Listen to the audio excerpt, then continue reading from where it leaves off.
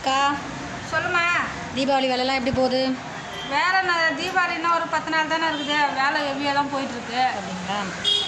தீபாவளி கடையில் கொண்டாடுவீங்களா வீட்டில் கொண்டாடுவீங்களா? நம்மளுக்கு எப்பவுமே தீபாவளி பொங்கல் எல்லாமே கடையில் தானே.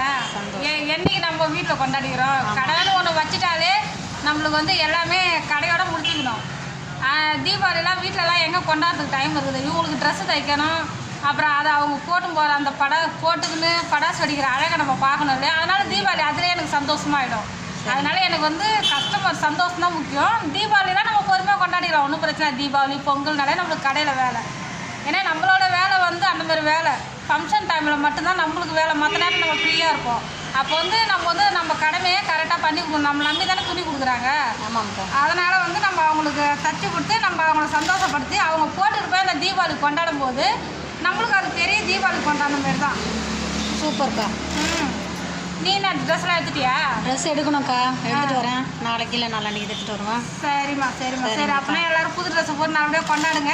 நான் இப்போ வீட்டில் சமைச்சு வச்சுட்டு படிச்சுட்டு மறுபடியும் தீபாவளி அன்னைக்கு கடைக்கு தான் வருவேன். ஏன்னா அன்றைக்கி தான் சில பேர் ட்ரெஸ்ஸே எடுப்பாங்க. தீபாவளி அன்றைக்கி தான் எடுப்பாங்க. அப்போ எடுக்கும்போது அவங்களுக்கு அந்த கை ஏற்றுறது கால் ஏற்றுறதுலாம் இருக்கும் இல்லையா. அதனால் அப்போ நான் கடையில் தான் இருப்பேன். சரிங்க. சரி, ஓகே, பாய். பாய், தேங்க்யூ.